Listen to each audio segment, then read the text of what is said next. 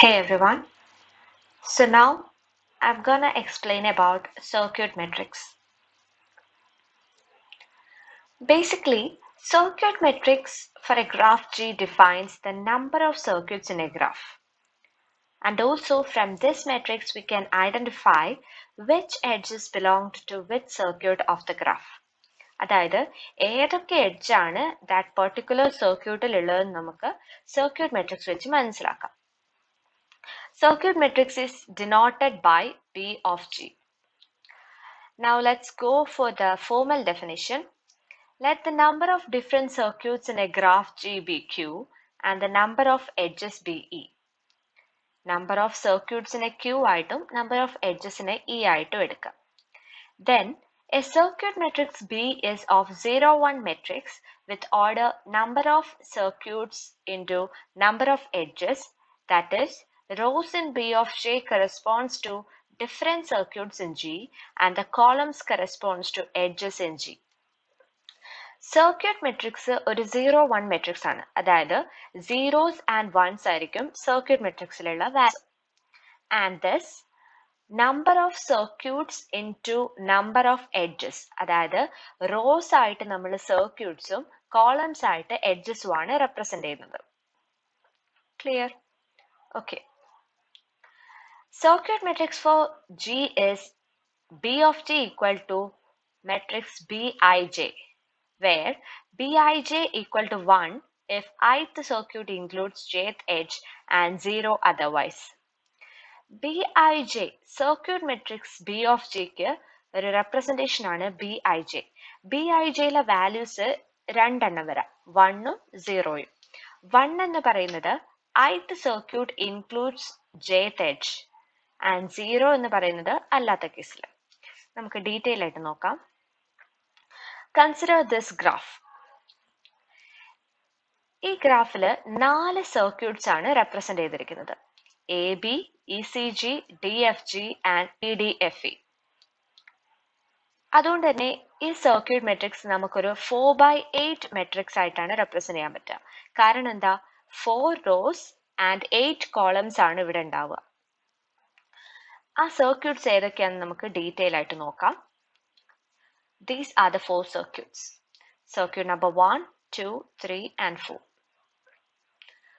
Circuit matrix represent ചെയ്യുന്ന form ആണിത്. ഇങ്ങനെയാണ് നമുക്കൊരു സർക്യൂട്ട് മെട്രിക്സ് എഴുതാൻ പറ്റുക.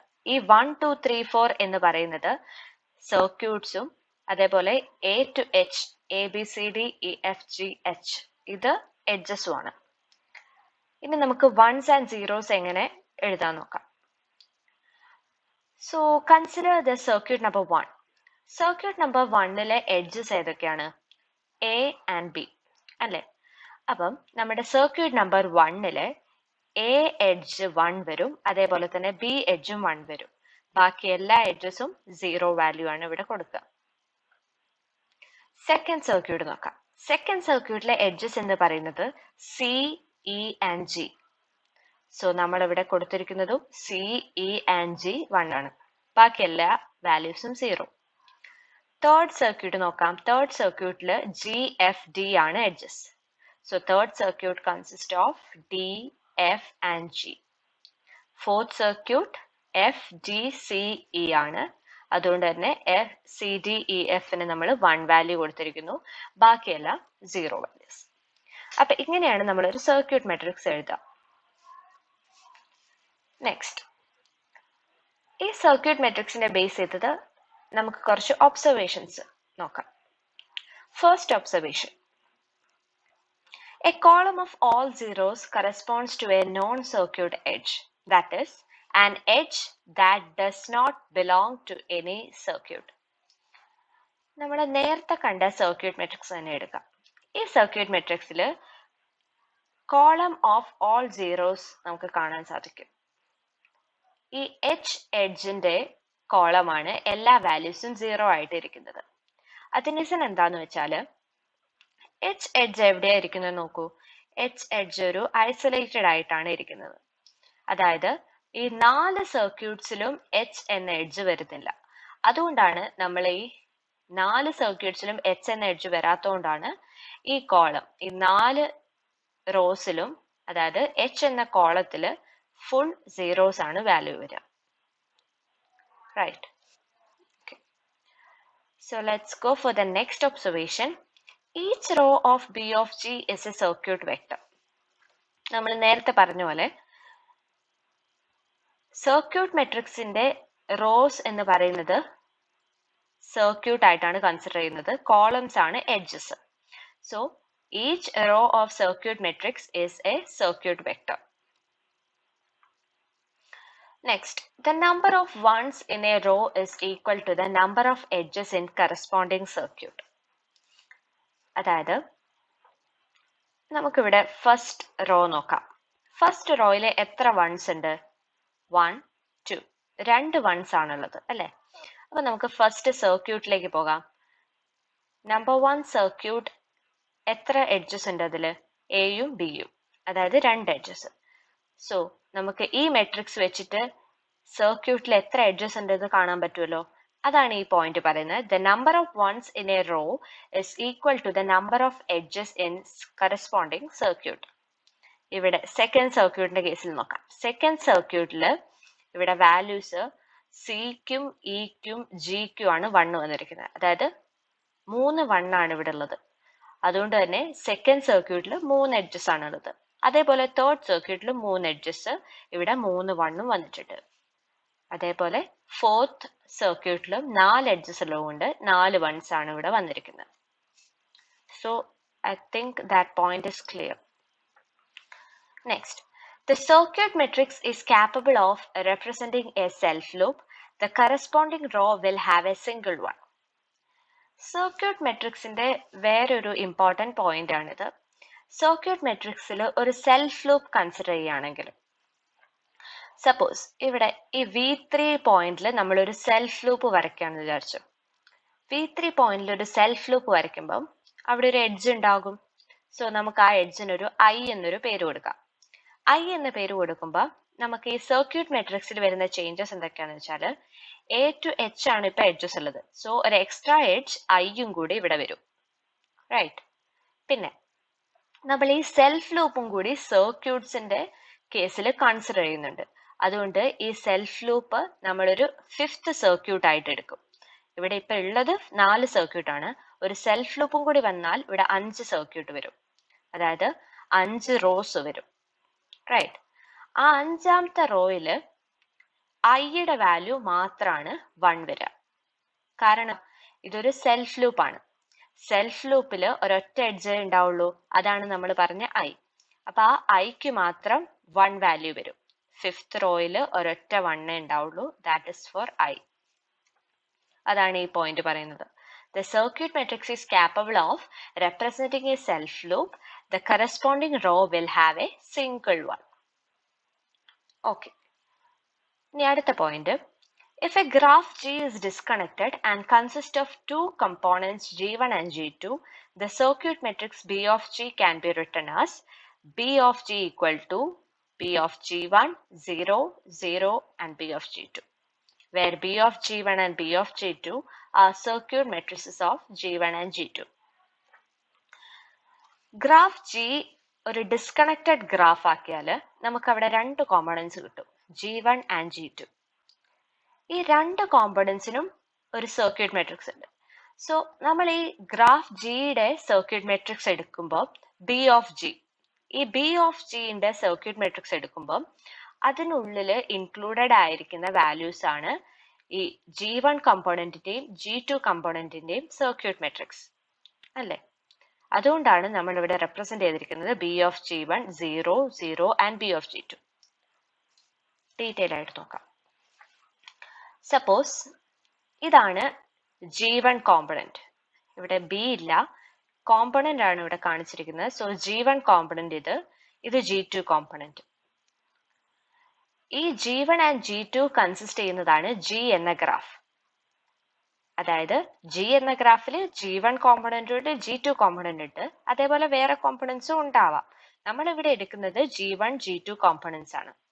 സോ ഈ G1 കോമ്പണന്റിലുള്ള എഡ്ജസ് എന്ന് പറയുന്നത് E1, E2, E3, E4, E5 and E6. And G2ലുള്ള edges എന്ന് പറയുന്നത് 7, 8, 9, 10 and 11 അല്ലേ?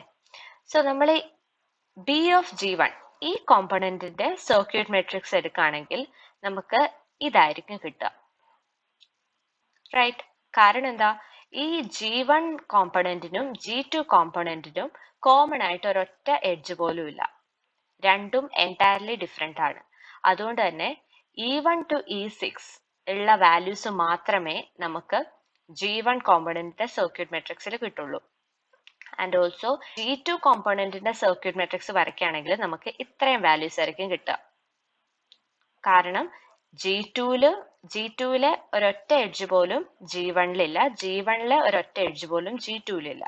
സോ അത് രണ്ടും എൻറ്റയർലി ഡിഫറെന്റ് ആണ്. ബാക്കിയുള്ള കേസിലൊക്കെ നമുക്ക് സീറോയും എഴുതാം, അല്ലേ? So in this figure it's clear that ഇവിടെ ഇത് G1ന്റെ സർക്യൂട്ട് മെട്രിക്സ്, ഇത് G2ന്റെ സർക്യൂട്ട് മെട്രിക്സ്, ഇതെല്ലാം കൂടി കൂടിയതാണ് G എന്ന ഗ്രാഫിന്റെ സർക്യൂട്ട് മെട്രിക്സ്. ബാക്കിയുള്ള വാല്യൂസ് സീറോ ആണ്. ഓക്കെ, ഇത് G1ന്റെയും ഇത് G2ന്റെയും. These circuits in G1 has no edges belonging to G2 and vice versa. അതാണ് പറഞ്ഞത്. Next point. Permutation of any two rows or columns in a circuit matrix simply corresponds to relabeling the circuits and edges. ഇവിടെ permutation എന്ന് പറഞ്ഞാൽ സംഭവം exchange ചെയ്യുന്നതാണ് അർത്ഥം. അതായത് permute ചെയ്യാന്ന് വെച്ചാൽ എക്സ്ചേഞ്ച് ചെയ്യാം. Exchanging any two rose or columns, രണ്ട് റോസ് തമ്മിലോ അല്ലെങ്കിൽ രണ്ട് കോളംസ് തമ്മിലോ എക്സ്ചേഞ്ച് ചെയ്യുകയാണെങ്കിൽ സർക്യൂട്ട് മെട്രിക്സിൽ അത് റെപ്രസെന്റ് ചെയ്യുമ്പോൾ ജസ്റ്റ് നമ്മൾ റീലേബൽ ചെയ്ത പോലെ നമുക്ക് ഫീൽ ചെയ്യുള്ളൂ. അതായത് ഇവിടെ അപ്പൊ നോക്കുക, ഇതാണ് നമ്മുടെ ഒരു സർക്യൂട്ട് മെട്രിക്സ്.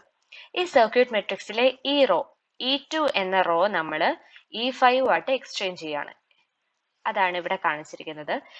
E2യുടെ സ്ഥാനത്ത് E5 വന്നു, E5ന്റെ സ്ഥാനത്ത് E2 വന്നു, അല്ലേ? ബട്ട് ഇതിന് രണ്ടിനും വലിയ ചേഞ്ചസ് ഒന്നും വരാൻ പോണില്ല. നോക്കാം. ഈ മെയിൻ മെട്രിക്സ് നമ്മുടെ ആദ്യം നമ്മൾ എടുത്തിരിക്കുന്ന മെട്രിക്സ് ഇതാണ്. ഈ മെട്രിക്സിൽ ഫസ്റ്റ് സർക്യൂട്ടിലുള്ള വാല്യൂസ് ഏതൊക്കെയാ? E1 ഉണ്ട്, E2 ഉണ്ട്, E3 ഉണ്ട്. അതേപോലെ ഇപ്പൊ നമ്മൾ എക്സ്ചേഞ്ച് ചെയ്തു വന്ന മെട്രിക്സ് ആണിത്. ഇതിലും ഫസ്റ്റ് സർക്യൂട്ടിലുള്ള വാല്യൂ ഏതൊക്കെ തന്നെയാ? E1, E3 and E2. Changes ഒന്നും വന്നിട്ടില്ല. ജസ്റ്റ് ഈ റീലേബലിംഗ് മാത്രമാണ് ഇവിടെ ഒരു ചേഞ്ച് ആയിട്ട് കാണാൻ പറ്റുന്നത്. അല്ലാതെ വാല്യൂസിന് ഒരു ചേഞ്ച് വരാൻ പോകുന്നില്ല. നമ്മൾ സെക്കൻഡ് സർക്യൂട്ട് എടുത്താലും തേർഡ് സർക്യൂട്ട് എടുത്താലും ഒക്കെ വാല്യൂസ് സെയിം തന്നെയാണ്, പക്ഷെ ഈ റീലേബലിംഗ് മാത്രമാണ് അവിടെ ഒരു ചേഞ്ച് ആയിട്ട് വരുന്നത്. Clear? Okay. Next, two graphs G1 and G2 will have the same circuit matrix if and only if G1 and G2 are two isomorphic. അതായത് ഐസോമോർഫിക് ആണെങ്കിൽ മാത്രമേ രണ്ട് ഗ്രാഫിന് സെയിം സർക്യൂട്ട് മെട്രിക്സ് ഉണ്ടാവുള്ളൂ. അതാണ് ഇവിടുത്തെ പോയിന്റ്. G1 and G2ന് same circuit matrix ഉണ്ടാവണമെങ്കിൽ അത് ഐസോമോർഫിക് ആയിരിക്കണം. In other words, unlike in incident matrix, the circuit matrix does not specify a graph completely. It only specifies the graph with two isomorphism. Circuit matrix ഒരു ഗ്രാഫിനെ complete ആയിട്ട് specify ചെയ്യുന്നില്ല. ആ circuit മെട്രിക്സിൽ നിന്ന് നമുക്ക് ഐസോമോർഫിസം ഉണ്ടോ ഇല്ലയോ എന്ന് നമുക്ക് മനസ്സിലാക്കാൻ സാധിക്കും, അല്ലെ? ഐസോമോർഫിക് ആയ ഗ്രാഫുകളിൽ മാത്രമേ സർക്യൂട്ട് മെട്രിക്സ് സെയിം ആവത്തുള്ളൂ കേട്ടോ. അതാണ് ഇവിടുത്തെ പോയിന്റ്. ആൻഡ് ഇവിടെ എക്സ്ട്രാ ആയിട്ട് പറഞ്ഞിരിക്കുന്നതാണ് circuit matrix does not specify a graph completely. ഒരു ഗ്രാഫിനെ കംപ്ലീറ്റ് ആയിട്ട് സ്പെസിഫൈ ചെയ്യുന്നില്ല. അതില് സർക്യൂട്ട് മെട്രിക്സ് സ്പെസിഫൈ ചെയ്യുന്നത് ഐസോമോർഫിസത്തെയാണ്. Okay, graph with isomorphism. So അതാണ് ഈ പോയിന്റ്. നമ്മുടെ ഒബ്സർവേഷൻസ് ഇവിടെ കഴിഞ്ഞിരിക്കുന്നു. ഇനി അടുത്തത് തിയറം 7 to 4 ആണ്. So let's look at that.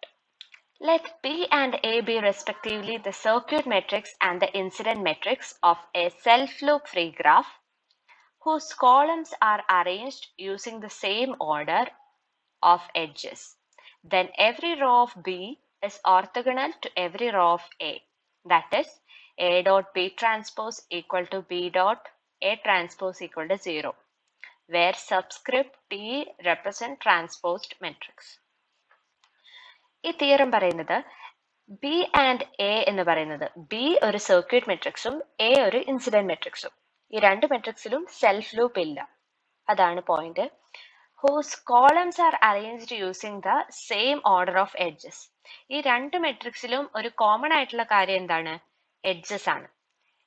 രണ്ട് മെട്രിക്സിൽ നമുക്ക് കോളം വൈസ് വരുന്നത് എഡ്ജസ് ആണ്. സോ അത് സെയിം ഓർഡറിലാണ് റെപ്രസെന്റ് ചെയ്തിരിക്കുന്നത്. അതുകൊണ്ട് തന്നെ every row of B is orthogonal to every row of A. അതായത് A dot B transpose equal to B dot A trans equal to 0. ഇതാണ് നമ്മൾ പ്രൂവ് ചെയ്യേണ്ടത്. നമുക്ക് പ്രൂഫിലേക്ക് പോവാം. Consider a vertex V and a circuit in the graph G.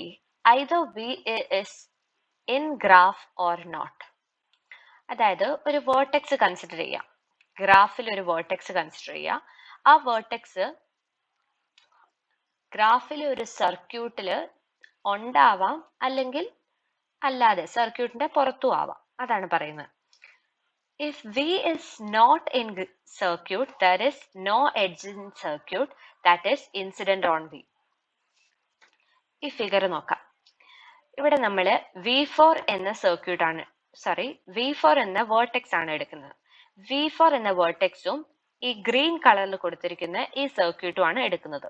Okay, അപ്പം V4 എന്ന vertex ഈ സർക്യൂട്ടിന് പുറത്തുള്ള സാധനമാണ്. So let's read this point. If V is not in circuit, there is no edge in circuit that is incident on V. ഈ V4 എന്ന് പറയുന്നത് ഈ സർക്യൂട്ടിൽ ഇല്ലല്ലോ. അതുകൊണ്ട് തന്നെ ഈ സർക്യൂട്ടിലെ എഡ്ജ് പോലും V4ലേക്ക് ഇൻസിഡന്റ് ആയിരിക്കില്ല. ഇവിടെ തന്നെ നമുക്ക് കാണാൻ സാധിക്കും ഈ സർക്യൂട്ടിലെ ഒരു എഡ്ജ് പോലും V4ലേക്ക് ഇൻസിഡന്റ് അല്ല. റൈറ്റ്.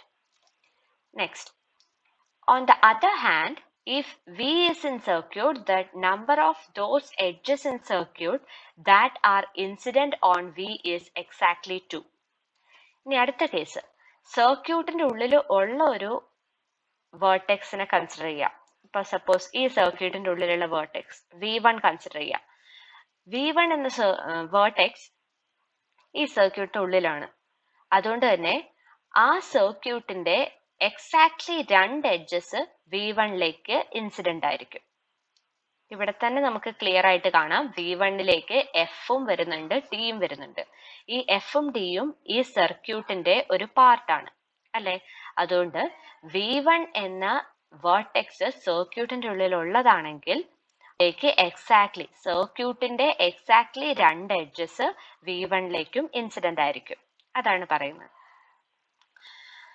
ഈ ഒരു കാര്യം, ഈ ഒരു പോയിന്റ്, ഈ രണ്ട് പോയിന്റ് മനസ്സിൽ വെച്ചിട്ടാണ് നമ്മൾ അടുത്ത പ്രൂവ് ചെയ്യാൻ പോകുന്നത്. With this remark in mind, consider the ith row in A and jth row in B. Since the edges are arranged in same order, the non-zero entries in corresponding positions occur only if the particular edge is incident on ith vertex and is also in jth circuit. ഈ കാര്യം മനസ്സിൽ വെച്ചിട്ട് നമ്മൾ ഒരു ith row in A and jth row in B എടുക്കുകയാണ്. ഇതാണ് നമ്മുടെ A of G and B of G. Incident മെട്രിക്സും സർക്യൂട്ട് മെട്രിക്സും. ഇൻസിഡന്റ് മെട്രിക്സിൽ ഒരു ith row എടുക്കുക, അതേപോലെ തന്നെ സർക്യൂട്ട് മെട്രിക്സിൽ ഒരു jth row എടുക്കുക.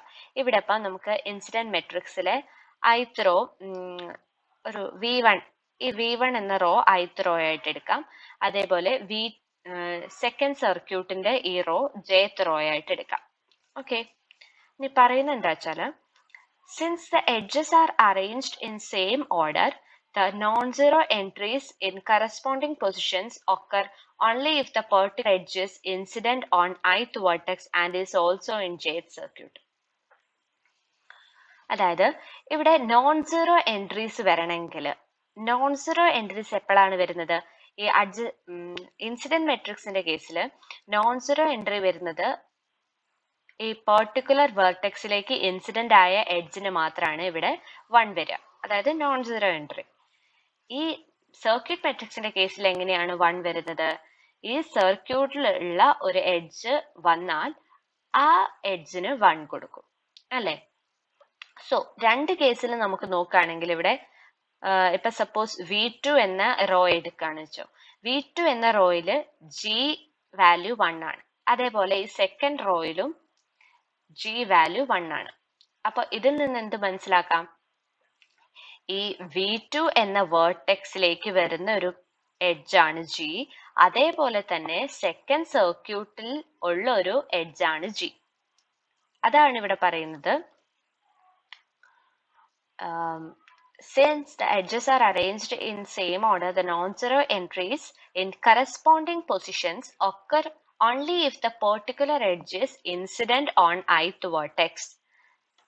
Particular edge, G എന്ന edge is incident on ith vertex. ith vertex ആയിട്ട് നമ്മൾ V2 എടുത്തു. And is also in jth circuit. അത് തന്നെ jth സർക്യൂട്ടിലുണ്ട്. jth സർക്യൂട്ട് ആയിട്ട് സെക്കൻഡ് സർക്യൂട്ട് എടുത്താൽ this G edge is there in jth circuit. അതാണ് ആ point. Next, if ith vertex is not in jth circuit, there is no such non-zero entry and the dot product of two rows is 0. അത് നമ്മൾ നേരത്തെ പറഞ്ഞ point തന്നെയാണ്. അതായത് ith vertex is not in jth circuit. ith vertex jth സർക്യൂട്ടിൽ ഇല്ലാത്ത കേസാണെങ്കിൽ, ith vertex jth സർക്യൂട്ടിൽ ഇല്ലാത്ത കേസാണെങ്കിൽ there is no such non-zero entry and the dot product of two rows is 0. Non-zero entry അവിടെ ഉണ്ടാവില്ല, അതായത് വാല്യൂ 0 ആയിരിക്കും അവിടെ. ഇപ്പൊ നമ്മൾ നേരത്തെ എടുത്ത പോലെ തന്നെ ith vertex vi j സർക്യൂട്ടിൽ ഇല്ലെങ്കിൽ, സോറി നമ്മൾ നേരത്തെ V4 ആയിരുന്നു എടുത്തത്, V4 jth സർക്യൂട്ടിൽ ഇല്ലെങ്കിൽ അവിടെ നോൺ സീറോ വാല്യൂ വരില്ല, അതായത് 0 ആയിരിക്കും വാല്യൂ അല്ലേ.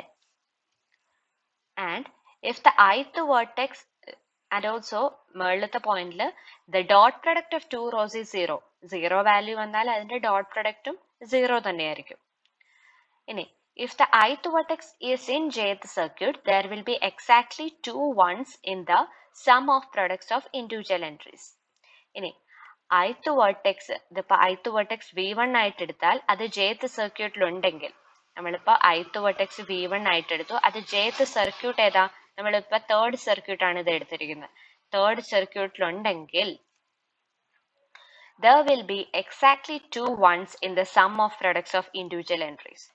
എക്സാക്ട്ലി 2 ones ഉണ്ടാവും. അതിന് കാരണം ഇവിടെ നമ്മൾ പറഞ്ഞല്ലോ V1 എന്ന വേർട്ടെക്സ് ഈ സർക്യൂട്ടിൽ ഉണ്ടെങ്കിൽ എക്സാക്ട്ലി 2 എഡ്ജസ് അതിലേക്ക് ഇൻസിഡന്റ് ആയിരിക്കും.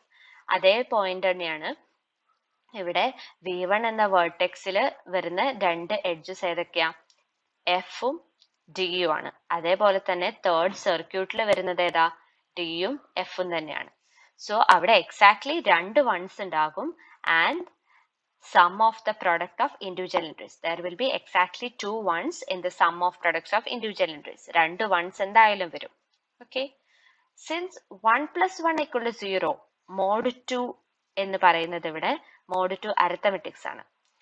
Since 1 plus 1 equal to 0, the dot product of two arbitrary rows, one from A and other from B is 0. Hence the theorem. അതായത് ഈ 1 plus 1 equal to 0 വരാൻ കാരണം ഇവിടെ mod 2 arithmetics എടുത്തുകൊണ്ടാണ്. അതെന്താന്ന് വെച്ചാൽ mod 2 arithmeticsൽ നമ്മൾ അഡീഷൻ ഓർ സബ്ട്രാക്ഷൻ ചെയ്യുമ്പോൾ അവിടെ XOR ഓപ്പറേഷൻ ആണ് യൂസ് ചെയ്യുന്നത്. XOR ഫംഗ്ഷനിൽ നമ്മൾ എന്താ ചെയ്യാറ്, 1 plus 1 or 1 minus 1 ചെയ്യുമ്പോൾ 0 ആണ് വാല്യൂ കിട്ടുക അല്ലേ. അതുകൊണ്ടാണ് ഇവിടെ 1 plus 1 equal to 0 വരുന്നത്. XOR ഓപ്പറേഷൻ ആണ് ഇവിടെ മെയിൻലി എടുക്കുന്നത്.